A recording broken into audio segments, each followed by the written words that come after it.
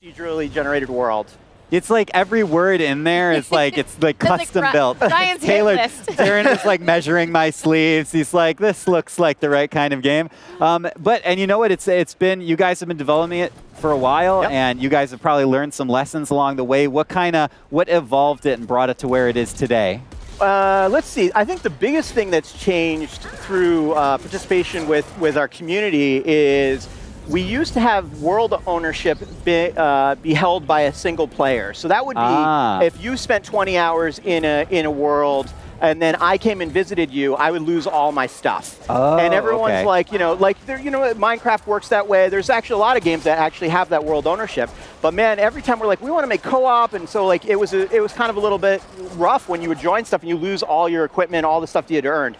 So we went back to the drawing board a little bit, and now the world's like, we host all the worlds, so therefore you can bring your stuff to any person's game, and I would say that's a big transformation from the old days of one of the things we learned is like, people don't like losing stuff, they want to bring their stuff everywhere. I know it sounds obvious. People don't like losing Yeah, it sounds stuff. obvious, but initially that wasn't how the game worked. That's what game design is all about though, man, right? It's Yeah. like finding what works and what doesn't. Yeah. And you guys have this amazing loot system, which I want to talk about. I want to talk about the fort building. But really at the core, it's about repelling these huge waves of monsters, right? Yep. Can you tell people a little bit about how that's designed, like what the moment-to-moment is like for action? Yeah, so the moment-to-moment, you start by gathering all your materials. You've got to get crafting ingredients to build your guns, get your ammunition ready, and then have enough resources to build your forts. And we have a huge array of different mission types, everything from rescuing people, which focuses more about like exploration, or we have build missions where it focuses around actually building, makes sense, right? And then we have missions like our Fight the Storm, which is an amalgam of all of those, where you've got to gather resources, build a base, and then you throw a switch, and that summons the storm, and that's where all the creatures come from. And those creatures try to come and destroy it, and the players have to hold the line. And the creatures are crazy. There's artillery, propane tank huts. They carry little propane tanks, and they try to get close to your base. You've got to destroy them beforehand. So yeah, and it's like, and so we dump all these tools in the hands of the player. We let them play the way they want and basically solve the mission. So unlike in previous versions, this is a little less defensive, and you're actually now going a little more offensive.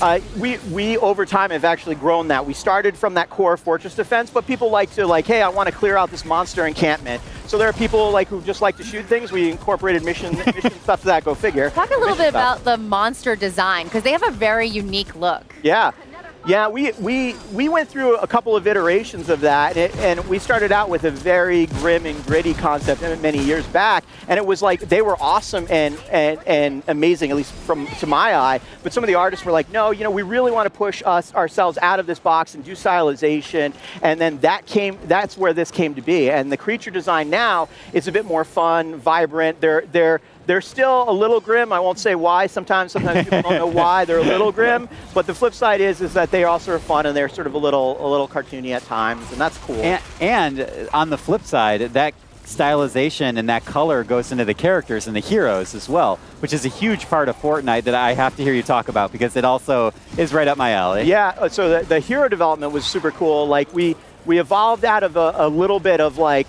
Our current day survivors, the people that you rescue, sort of represent the inhabitants of Fortnite. And once upon a time, you could play as those guys, but we were like, we really wanted to make our guys feel a little bit more super heroic. We got our classes into the game. We've got 4 classes. We've got the ninja, which has double jumping, and our constructor, which allows us to amplify building. It allows you to they basically reflect damage or auto repair walls, or the Outlander allows you to see treasure through walls while they're exploring, cool. or the Commando right? And if you like to explore, that's your class. And then our Soldier, which is a sort of the run and gun class for the people that like to shoot things, throw grenades. But all those things, once we had those concepts, we were like, well, we want these guys to be bigger, tougher, and they feel like they are special and unique. So that's where this new iteration of the hero designs and where you see our new art. Can the monsters actually attack your forts and destroy them? And is there a way for you to rebuild certain parts, or do you have to start all over again? So that's a great question. So we've got basically 2 different aspects of the game. We have our mission areas where you join up with other players and you go and execute a mission. Those missions are like you just get a session together, you go into that procedurally generated world, and you save people or shoot a giant laser into the storm and dispel it. or you go back to your home base, and that's your area where you can persistently build, and you can bring resources back and grow that fortress over time. And the bigger the area that you hold with that fortress, the more the map unlocks. So we have a best of both worlds where it's like, yeah, this is the area where and then you can invite your friends in to play that too. But that's where you can go and nest.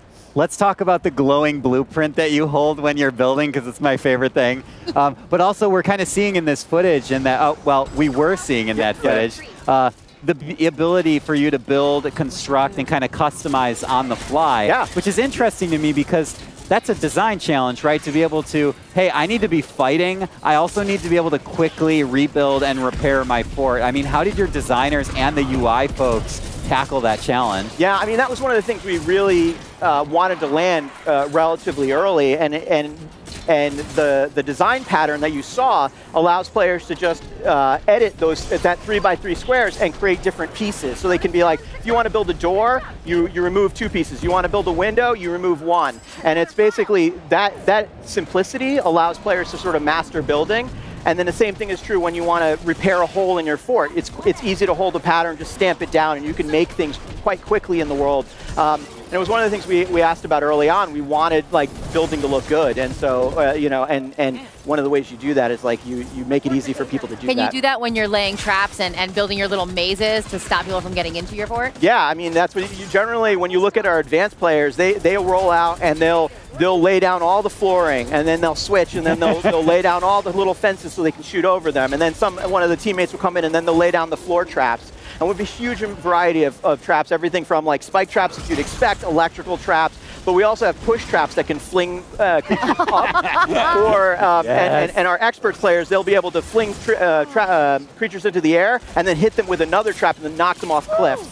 So we allow the players, again, the tools are up to them to what they do, and the procedural worlds let them play around with that. That's so fun.